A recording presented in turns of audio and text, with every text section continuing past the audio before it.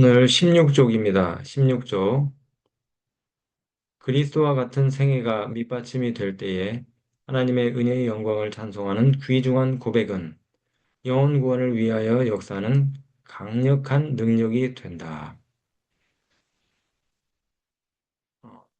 그리스도와 같은 생애를 사는 것, 그리고 그 진실한 삶을 통해서 나오는 간증과 고백이 가장 강력한 영혼 구원의 능력, 또 도구, 힘이 된다고 말씀하고 계십니다. 하나님께서는 온 땅에 흩어진 증인들이 없이는 이방인들에게 하나님의 뜻을 알릴 수도 없으시고 하나님의 은혜의 기이함을 보여주실 수도 없으시다. 하나님은 무소부재하시고 전지전능하신 분이지만 또 천사도 우리보다 훨씬 뛰어난 존재들이지만 복음을 들어 나르는 일에는 저와 여러분 같이 연약한 성정을 가진 자들을 통해서 이방의 빛을 전달하게 하셨다고 말씀하십니다. 그래서 우리에게 주어진 이 사명이 얼마나 크고 중요한지 알 수 있어요. 하나님도 천사도 대신할 수 없는 일을 우리가 지금 하고 있는 것입니다. 예수 그리스도를 통해서 이 큰 구원에 참여한 자들은 하나님의 선교사가 되어 온 세상을 비추는 빛이 되어야 하며 살아있는 편지, 산 편지가 되어 모든 사람들에게 알려지고 읽혀지며 저들의 신앙과 행실이 구세주의 재림의 임박함을 나타내며 헛되이 하나님의 은혜를 받는 것이 아니라는 것을 사람들에게 표적으로 보여주어야 한다. 어저께 우리가 읽었던 내용이죠. 우리의 삶이, 일상이 살아있는 전도지가 되어야 된다고 말씀하십니다. 교회 안에서뿐만 아니라 또 교회 밖에서도 특별히 세상의 직장과 일터에서 그리스도인의 증거를 우리의 태도와 행동과 말과 표정 속에서 나타내야 된다는 것이죠. 일상을 통해서 예수 그리스도의 오심을 우리가 준비케 하는 것입니다. 이것이 바로 하나님의 계획이다. 앞으로 임할 심판을 위해서 준비하도록 백성들에게 경고해야 한다. 노아와 같이 방주를 만들면서 근데 그 방주 만드는 것 자체가 세상을 향한 경고였던 것처럼 우리가 하는 말과 행동과 태도와 또 모습들이 전부 세상에 대한 경고가 되어야 된다는 말씀이죠. 예수 그리스도의 재림과 또 앞으로 오게 될 그 심판에 대한 경고. 17쪽입니다. 그들이 그분의 순결하고 거룩한 생애를 명상할 때에 아주 여기 힌트, 해답이 나옵니다. 어떻게 우리가 증거를 하게 될지, 살아있는 전도지가 되어야 될지. 에, 먼저 우리가 예수 그리스도의 생애를, 그분의 거룩한 생애를 명상을 해야 됩니다. 그들이 그분의 순결하고 거룩한 생애를 명상할 때에 만일 그들의 생애로 그리스도의 품성의 아름다움을 증거할 수만 있다면 너무 힘들어서 하지 못할 수고나 너무 커서 못할 희생이 없다는 것을 느꼈다. 그러니까 우리가 예수님의 생애를 자주 묵상하고 특별히 예수님의 생애 마지막 장면들 와이프님께서 말씀하신 것처럼 그 고난주간 그 예수님 생애의 마지막 장면들을 한 장 한 장 자세히 묵상하고 명상하라 그랬죠.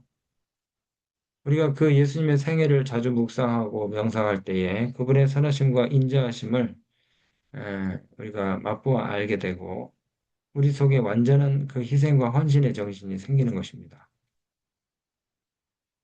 그들이 과거 3년을 다시 살 수 있다면, 살 수만 있다면 그들은 얼마나 다르게 행동할 것인가를 생각하였다. 만일 그들이 주님을 다시 볼 수만 있다면 얼마나 깊이 주를 사랑하는지를 보여드리고자 얼마나 열심히 노력을 하였을 것인가. 그리고 불신의 말과 행동으로 항상 주님을 슬프시게 한 일에 대하여 얼마나 진실되게 뉘우쳤을 것인가. 그러나 그들은 용서를 받았다는 생각으로 위로를 받았다. 그들은 가능한 한 세상 앞에서 담대히 주님을 시인함으로 그들의 불신을 속죄하고자 하였다. 여러분 계속 이어지는 그 말씀 가운데는 이 대가볼리 최초의 선교사에 관한 이야기가 나옵니다. 여러분 그 대가볼리 최초의 선교사가 혹시 누군지 아세요? 마태복음 8장과 마가복음 5장에 등장하는 그 예수님이 그 거라사라고도 하고요. 가다라 지방이라고도 하는 그 한 지역에 이제 도착을 했을 때에 미친 광인, 귀신 들린 사람이 그 예수님 일행을 갖다가 찢을 것처럼 그렇게 광분을 하면서 달려 들어왔어요. 그때 예수님이 그 귀신 들린 사람들의 귀신을 그 돼지떼에게 쫓아 보내시면서 이제 그 돼지떼가 낭떠러지로 다 3천 마리가 다 떨어져 죽었죠. 그 고침을 받은 두 광인이 바로 예, 대가볼리 지방에 최초로 복음을 전하기 위해서 보내심을 받은 선교사들이었습니다. 근데 이 사람들은 이 두 미치광이들, 광인들은 예수님의 능력을 경험은 했지만은 아직 침례도 받지 않았고 또 예수님을 따라다니면서 예수님으로부터 어떤 교훈을 받은 적이 없는 사람들이에요. 그럼에도 불구하고 그들은 예수님을 만난 강력한 경험과 체험을 가졌던 사람들입니다. 그래서 이 두 광인은 나음을 입은 후에 데가볼리라고 하는 지역으로 이제 가서 전도를 하게 되고 그곳에 최초의 선교사가 되었는데 이 데가볼리라고 하는 곳은 예수님을 아는 사람이었다면 어느 누구도 가기 싫어했던 그런 도시입니다. 마치 그 소돔과 고모라처럼 우상 숭배와 부도덕과 향락 문화로 아주 쩔어 있는 그런 지역들이었어요. 사실은 이 데가볼리 그러면은 어느 한 도시를 지칭하는 것이 아니고 10개의 도시를 지칭해서 데가볼리라고 합니다. 그 갈릴리 동남쪽에 이제 그 로마가 이스라엘을 유대를 속국으로 삼았던 당시인데 정략적으로 그곳에 그 헬라 문화와 또 로마의 어떤 그 정치적인 제도를 연합을 시켜가지고 그 부도덕한 이교의 문화를 갖다가 자리 잡게 하기 위해서 세운 10개의 도시들입니다. 그래서 우리가 이제 이 그 데카폴리 하면은 두 개의 단어가 합성된 건데요. 데카는 10이란 뜻이고 폴리는 폴리스에서 온 단어죠. 10개의 도시라는 말입니다. 우리가 데카 그러면은 데카메론이라고 하는 책도 있잖아요. 10개의 이야기가 이렇게 편집된 예, 데카는 열이라고 하는 뜻이고 폴리스는 도시라는 뜻입니다. 그러니까 10개의 도시라는 뜻을 가진 이 데가볼리는 유대인들에게는 굉장히 부도덕한 부정한 그런 지역으로 여겨진 곳이에요.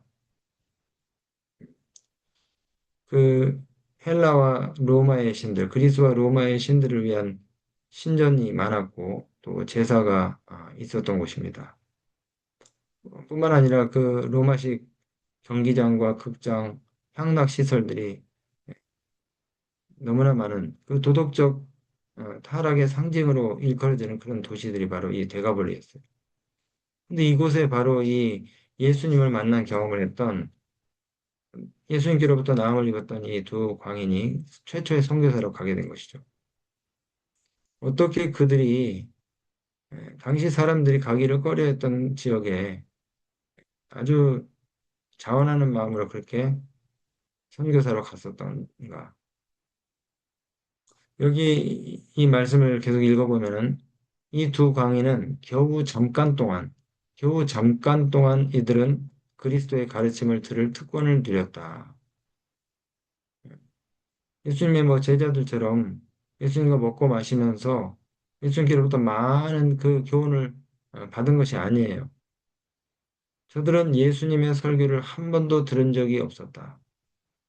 그들은 날마다 그리스도와 함께 있었던 제자들이 가르칠 수 있었던 것처럼 사람들을 가르칠 수도 없었다. 그러나, 그러나 그들은 예수가 메시아라는 증거를 자신의 몸에 지니고 있었다. 이거 한 방이면 끝나는 겁니다. 예수님을, 예수님의 그 능력을 보고 느끼고 체험하는 것. 저와 여러분들은 그런 경험이 있습니까? 예수가 메시아라는 강력한 증거가 저와 여러분들에게 있습니까? 그들은 저희가 아는 것, 곧 그리스도의 능력에 관하여 보고 듣고 느낀 것을 전할 수 있었다. 우리가 경험하고 체험하지 않은 것은 다른 사람들에게 이야기할 수 없죠. 우리가 영혼을 구원하기 위해서 하나님을 만난 강력한 그 경험들, 체험들이 바탕이 돼야 우리가 사람들에게 확신 있게 전할 수 있는 것이죠. 이것은 하나님의 은혜로 마음의 감동을 받은 사람이 각기 행할 수 있는 일이다. 사랑받은 제자 요한은 태초부터 있는 생명의 말씀에 관하여는 우리가 들은 바요, 눈으로 본 바요, 주목하고 우리 손으로 만진 바라. 체험적인 신앙을 이야기하는 것입니다. 우리가 보고 들은 바를 너희에게도 전하노라. 그래서 우리가 그리스도인의 증인으로서 우리가 아는 바와 우리 자신들이 직접 보고 듣고 느낀 바를 우리가 전해야 되는데요. 그러기 위해서는 우리의 신앙은 더 이상 관념적이고 지식적인 신앙에 머물러서는 안 됩니다. 예수님 만나는 경험이 반드시 바탕이 되고 우리의 신앙이 체험적인 신앙이 돼야 돼요. 그래서 오늘 아침에도 우리가 그 경험을 하기 위해서 이 기도의 자리에 나오지 않았습니까? 무미건조하고 이기적인 그런 신앙의 태도들을 벗어버리고 활력이 넘치고 역동적이고 정말 선교지향적인 그런 신앙을 우리가 경험하기 위해서 오늘 아침에도 성령의 능력을 바라고 이 기도의 자리에 나오지 않았습니까? 우리가 그런 경험이 없으면은 죽은 신앙, 정말 그 시계추 마냥 돌적이 그 문짝에 붙은 경첩처럼 왔다 갔다 하는 그런 신앙을 하게 되겠죠. 매일같이 교회 가는 것이 에, 정말 가슴이 벅차고 또 마음이 막 흥분이 되고 뛰고 그런 마음으로 우리가 교회를 가고 또 성도들을 만나고 또 교회에서의 사역들이 그런 마음 상태에서 이루어지고 이렇게 해야 되는데 우리가 시간이 지날수록 더 이 어거지 신앙, 억지로 하는 그런 신앙이 되어서는 안 되겠죠. 그러기 위해서는 우리가 매일같이 예수님 만나는 경험을 해야 됩니다. 기도와 말씀 묵상, 그리고 성령의 역사 속에서 생명의 말씀이신 예수 그리스도를 직접 마치 보고 듣고 만지는 것처럼 그런 그 경험적인 신앙. 우리가 전도할 때도 이런 경험이 바탕이 된 신앙을 우리가 하고 있으면은 자연스럽게 산 증인이 되는 것입니다.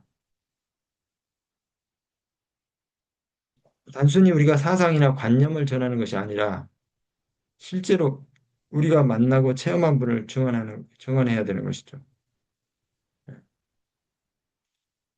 머리로만 아는 지식, 헤드 날리지죠. 헤드 날리지.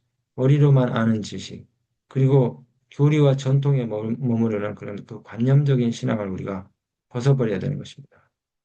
예수님을 인격적으로 만나고 내 삶 속에서 실제적으로 내 삶 속에 실제적으로 예수님의 임재를 우리가 느끼고 의식하고 그분의 능력을 경험하고 이런 체험적인 신앙을 하게 되면은 간증거리들이 많이 나옵니다. 간증거리들. 다른 사람들에게 얘기해 줄 수 있는 실제적인 간증거리들이 많이 나와요. 우리가 어떤 그 자녀들과 함께 신앙생활을 하면서 자녀들에게 주입식 신앙이 아니고 정말 그 살아있는 어떤 그 체험적인 신앙을 우리가 가르치기 위해서는 매일같이 반복되는 그런 그 예배 행위들, 아침 저녁으로 드리는 예배 행위 그런 것도 참 중요하지만은 어떤 그 자녀들과 함께 위기가 닥쳐왔을 때에 그 부모가 하나님을 만나기 위해서 하는 그 행동과 태도들 이런 것들을 보고 아이들이 신앙에 대해서 올바르게 이제 배우고 또 자신의 삶의 신앙을 정립을 시키는 거죠. 예를 들어서 뭐 가다가 차가 이제 빵꾸가 났는데 자녀들이 뒷자리에 같이 타고 있어요. 그럴 때 어떤 부모들은 그러니까 어, 그 보험회사 연락처를 막 찾고 허둥바둥대고 또 불평을 하고 이렇게 하는 모습을 보이는 것과 또 다른 어떤 부모는 그 자리에서 자녀들과 함께 기도하자고 하면서 무릎을 꿇고 먼저 기도하고 하나님의 도우심과 또 역사를 바라는 그런 간절한 그 신앙의 모범들을 이렇게 이제 보여주게 될 때, 이 갑작스럽게 지나가던 차가 도움을 주기 위해서 멈춰서고, 그 다음에 또 그 낯선 사람이 도와주는 그런 그 경험들을 하게 됐을 때, 그 자녀들이 기도의 능력과 하나님의 살아계심, 하나님의 임재를 갖다가 깨닫게 되는 거죠. 체험적인 신앙이죠. 그냥 보험회사에서 와가지고 기계적으로 그냥 빵꾸를 떼어주고 가고, 그러는 그 과정에 있어서 불평을 하면서 또 서로 가족 간에 원망을 하고 이렇게 하게 될 경우에는 똑같은 신앙인이지만은 그냥 관념적인 신앙 자체는 관념적인 신앙이고 본인도 그렇고 자녀들에게도 그렇고 다른 사람들에게 증언할 수 있는 증거할 수 있는 아무런 그 간증거리나 이야기거리가 나오지 않는 것이죠. 그러니까 우리가 늘 예수님의 생애를 묵상하고 또 그분의 선하심과 아름다움을 삶 속에서 경험을 하게 되면은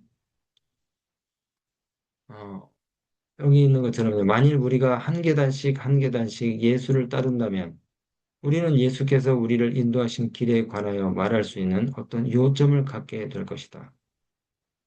그러면서 어, 우리가 정말 거부할 수 없는 상대가 들어도 거부할 수 없는 그런 강력한 간증거리들을 이제 품게 되는 거죠. 이게 전도에 가장 효과가 있는 어떤 도구와 수단이 되는 것입니다. 그래서 오늘 아침 말씀을 통해서 우리가 배운 것처럼 예수님을 보이지 않는 예수님을 직접 우리가 보고 듣고 느끼고 만진 것처럼 그렇게 체험적인 신앙을 우리가 하기 위해서 예수님의 생애를 늘 묵상하고 또 그분과의 교제를 충분히 하면서 살아있는 신앙을 우리가 하게 되면은 대가볼리에 최초로 파송된 그 미친 광인들처럼 능력 있는 선교사가 다 될 것입니다. 기도하겠습니다. 하나님 아버지 오늘 아침에 귀한 말씀으로 또 우리에게 예, 선교에 대한 또 새로운 의지와 뜻을 불러일으켜 주셔서 감사합니다. 우리도 대가볼리의 최초의 선교사가 되었던 그 두 광인들처럼 예수님을 만나고 또 보고 듣고 느끼고 체험하는 살아있는 신앙을 우리가 또 오늘 또 배우고 경험하게 하여 주시옵소서. 주의 놀라우신 축복과 은혜가 우리 모두 함께 하시고 또 영혼들을 찾아서 우리가 나서게 될 때에 하나님 살아계심을 경험하고 또 하나님 만나는 축복의 경험들 하게 도와주시 바라며 예수 그리스도 이름을 의지하여 기도드립니다. 아멘. 아,